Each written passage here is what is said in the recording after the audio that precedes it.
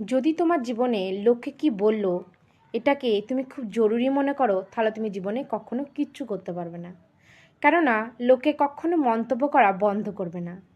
তুমি কিছু ভালো কাজ করলে তোমাকে তারা তানা মারবে, তুমি কিছু খারাপ কাজ করলে তোমার দিকে আঙ্গুল তুলবে, তুমি ঠিক কিছু করলে তারা তোমাকে প্রশ্ন করবে, তুমি ভুল কিছু করলে তোমার পিছনে নানা রকম কথাবার্তা বলবে। তারা শুধুমাত্র একটা সুযোগ খুঁজে যে কখন তোমার বিরুদ্ধে তারা কিছু বলতে পারবে। ওদের রায় নিশ্চয়ই তোমার লক্ষ্য, তোমার স্বপ্নের থেকে বড় নয়। তাই ওদের কথা শোনা বন্ধ করো।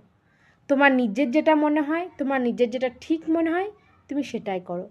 মনে রাখবে, মানুষ তাদেরই ইজ্জত দেয় যারা জীবনে কিছু করতে পারে। আর ওরা হলো সেই ব্যক্তি যারা এই লোকজনের ফালতু কথা কোনো মূল্য না দিয়ে নিজের জীবনে এগিয়ে যায়। তাই তুমি নিজের স্বপ্ন পূরণের জন্য লড়াই করো আর প্রমাণ করে দাও যে লোকজনের কথায় তুমি থেমে যাবে না।